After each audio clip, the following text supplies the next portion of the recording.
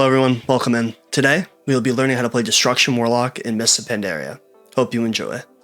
Let's start with talents and glyphs. Now, we change from our traditional talent tree structures to our 1 of 3 every 15 level talent structure in MOP. So you'll note that this looks pretty simple, but there's a lot of diversity here, and it can come in handy when dealing with certain encounters. So starting with the 15 tier, I think Soul Leech is the best, not even close. It's a nice little absorb that'll make a big difference in keeping yourself alive in a lot of the encounters.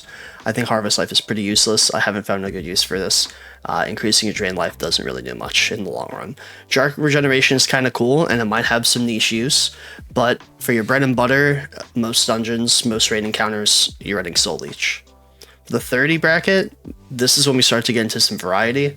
Demonic Breath is an interesting spell. It's a Shadow Flame with a 50% slow. I haven't found a use for it in Mogushin Vaults, but in the future, it could be useful. This is my go-to, Mortal Coil. Nice 15% heal, and it's a horror. It's basically just Death Coil. And Shoutout Fear has some use in Mogushin Vaults, at least, where you can just do a nice AoE stun, and it's a very low cooldown, so you might be swapping from Mortal Coil to Shoutout Fear on some fights. 45 kind of goes hand in hand with 75. I'll go through 45 first. Soul Link is very powerful, and if you're running Supremacy, you will always run Soul Link, and I'll go over Supremacy later, but 20% of the damage you take is split, and 3% of your damage heals your demons, so your demon just is permanent sustain, which is really nice. This is the other talent you'll take, which goes hand in hand with 75, which when you take Sacrifice, you'll be taking Pact. You sacrifice a little bit of health and get a massive shield, and if you have no demon, your health is acted instead of the demons, and it's a gigantic shield, so it's super clutch on a few fights. Dark Bargain is also situationally useful. If you need to soak something, it's basically just a paladin bubble, prevents all damage, but do keep in mind when the shield fades, 50% of the damage you take will be dealt to yourself, so ask for a cooldown or have your health stone ready because it does a lot of damage to yourself, depending on what you soak. The 6th category, Blood Horror is like a Death Coil you put on yourself. It's kind of weird. It's more of a PvP niche talent. I wouldn't really worry about it for PvE. Burning Rush is very strong. This is the go-to 60 talent. Nice movement speed, but you lose a little bit of health. Pro tip, if you stand in the Healing Rain, you're basically immortal. It covers the health you lose from Burning Rush like instantly. It's very cool. So if you're using this, make sure you keep an eye on the ground for that Healing Rain or like an F-Low or something. Unbound Will is very interesting, purging all magic effects on yourself, and as a PvP trinket with 1 minute cooldown. It might have some use on some encounters, but I have not found any yet, but I would keep this in mind, think about it as you're pressing forward. Burning Rush is the go-to. Now 75 is where we get to our diversity talents. Personally, in the low gear that we have, and if you're not very comfortable with the class, I would definitely just play Grimoire Supremacy on every single fight. And this would go hand in hand with Soul Link, and Supremacy just increases the damage your demons do, and you get these cool, powerful minions like the Observer and the Shibara. So definitely kind of play around with those, and they come in handy a lot on all these fights in form of kicks and normal Warlock pet things, but this is my go-to when starting out here. Grimoire Service is more of a demonology talent. It just summons a second demon, and I would never use this. Have not found a use for it in any of the raids in any of my research. Grimoire Sacrifice etches out a little bit ahead of Supremacy on single target fights, so I would definitely give this a look on some of the fights, and especially if you're more comfortable with the class.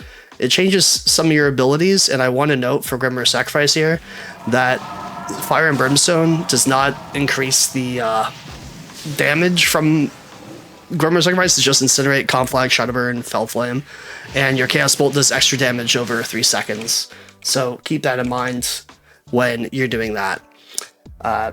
Lastly, our 90 talent category, Arshamandi's Darkness is definitely the most superior. I would take this on the majority of fights. Getting a second charge of Dark Soul makes your rotation so much more fluid and dynamic with tricky cooldowns and everything else that goes on. The only other talent I would even consider is kill Jade and its Cunning, which lets you cast Incinerate on the move. Very powerful in some fights. Haven't found use for Manaroth's Fury yet, but it's kind of interesting. And for Glyphs, my 2 go-tos are Eternal Resolve, because it's just 10% flat DR. In game, it's a 40% damage reduction over 8 seconds with a 3-minute cooldown, which is strong, but the 10% DR just makes you that much tankier. We're already pretty tanky. And Glyph of Curse Elements is a nice AoE on your elements, which comes in handy on a few fights. This third one, there's actually some variety that you can get into here. I would encourage you to explore it on your own, but Conf Flag could be useful if you need a nice little snare on some fights. Demonic Circle, if you're using it a lot.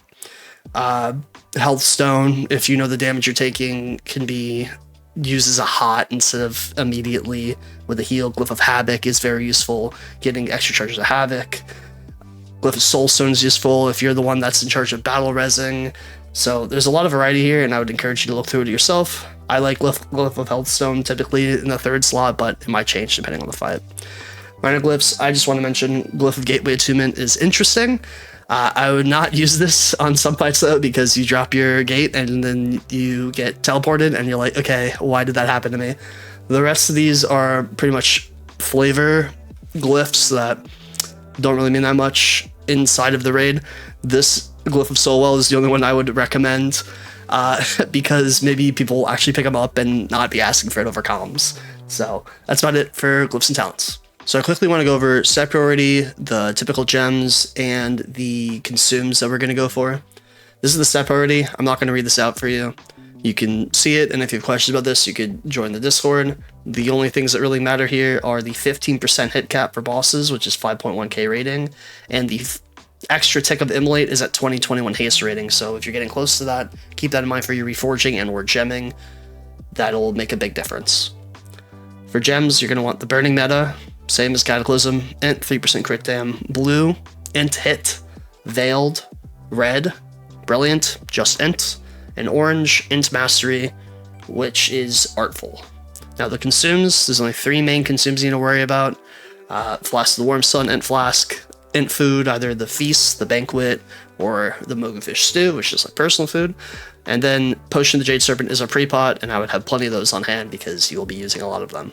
So I wanted to show you what a quick PreBiS could look like. We don't have Sims yet, and 90 upgrades isn't working, so I'm using the Wowhead Gear Planner, and as I scroll over this, you can see that the gloves are statted wrong with 12 Mastery.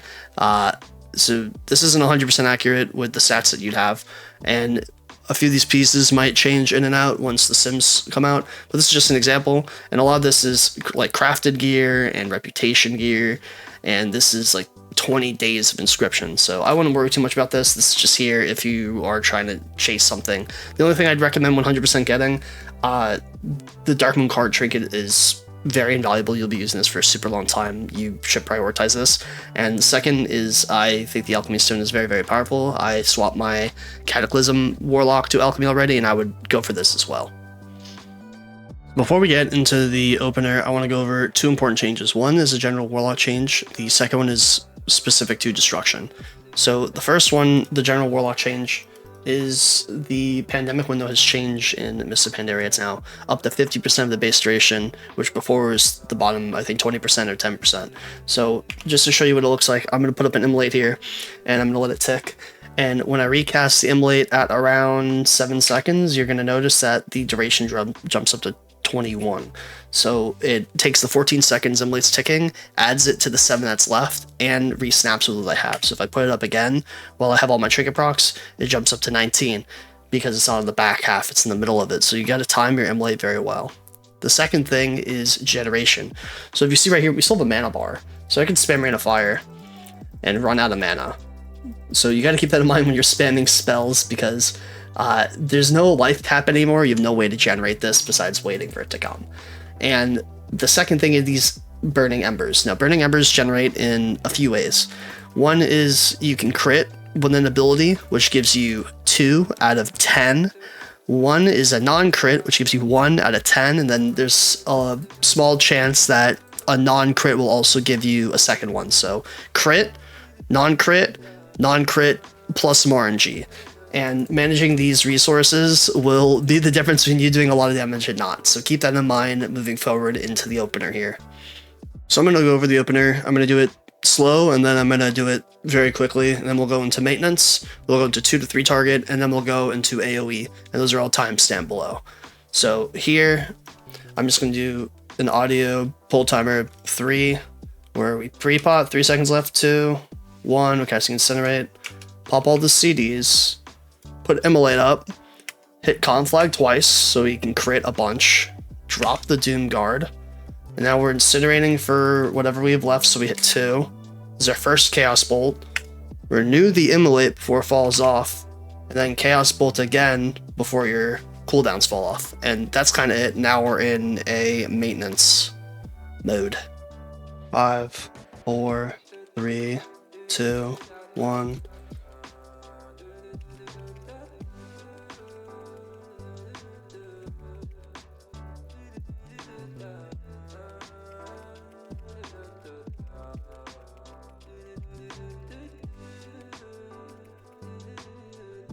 Now that the opener is done, let's talk about the maintenance of the rotation. I'm going to go over a loose priority and then add some details in where they are important to remember. Now, the first thing you want to do is make sure Elements is on the target. I mean, it's 5% damage. Rogues apply it, and if you don't see it up, put it up. It's better than complaining about it, because then you can do something about it, yeah. Second, Shadowburn is your primary Burning Ember spender when the target is below 20% health. And it's very important that when you're using this and you're using the next priority, Chaos Bolt, that you're doing it with as many active procs and Dark Soul, NG Gloves, etc. as possible. Shadowburn gets a higher priority than Chaos Bolt because if you snipe enemies that are low health, especially like extra adds in a fight, you can regenerate embers, and that's very powerful because it takes a while to generate embers, so it's like 6-7 globals to generate an ember, 5 if you're lucky, and this just gives you a free one, so it's very important too. Elements, Shadowburn, Chaos Bolt. Next is Immolate. Immolate snaps with whatever cooldowns you have up, so make sure you have a powerful Immolate on the target. Next, Conflag. Conflag grants these backdraft procs, which reduces Incinerate's cast time by 30%. That's very strong and lets you generate Burning Embers very quickly. Note, Chaos Bolt eats 3 of them. In an ideal world, you, depending on the fight, rule of thumb, do not use your backdraft procs on Chaos Bolt. You want to use them on Incinerate to generate embers here. And the whole goal is when your trinkets and such are on cooldown, you aren't spending burning embers, you're sitting here generating, waiting for a good opportunity or a damage amp with all your procs here, so you can dump your cooldowns and dump into very large Chaos Bolts. Now I'm going to do a quick example here, where I'm going to generate a bunch of these, and I want to show you what this looks like with just, you know, a weapon proc. So it's 230k, yeah, and that's, you know, that's strong. And let me get a bunch of procs, and I'm just going to show you the big difference. I'm going to pop all my cooldowns, and I'm not even going to get my second trinket here, and 380k. I mean, it's almost a 100% difference, and that's missing an entire trinket proc, right? So it really goes to show you really need to be watching those procs and using your cooldowns around those windows and generating burning embers in the meantime.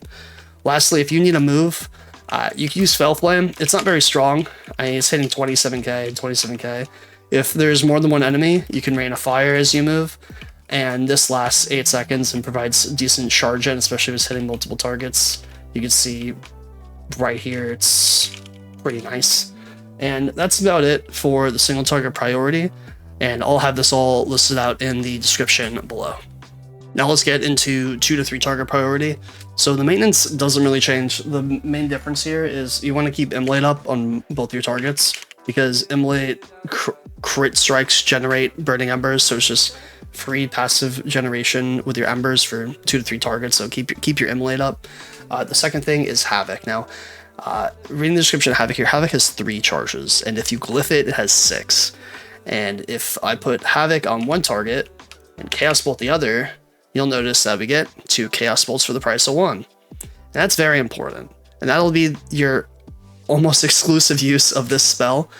Now, there's a second use of this spell where there's some fights like on maybe Garajal, where maybe you need a bunch of shard generation and killing the target doesn't really matter.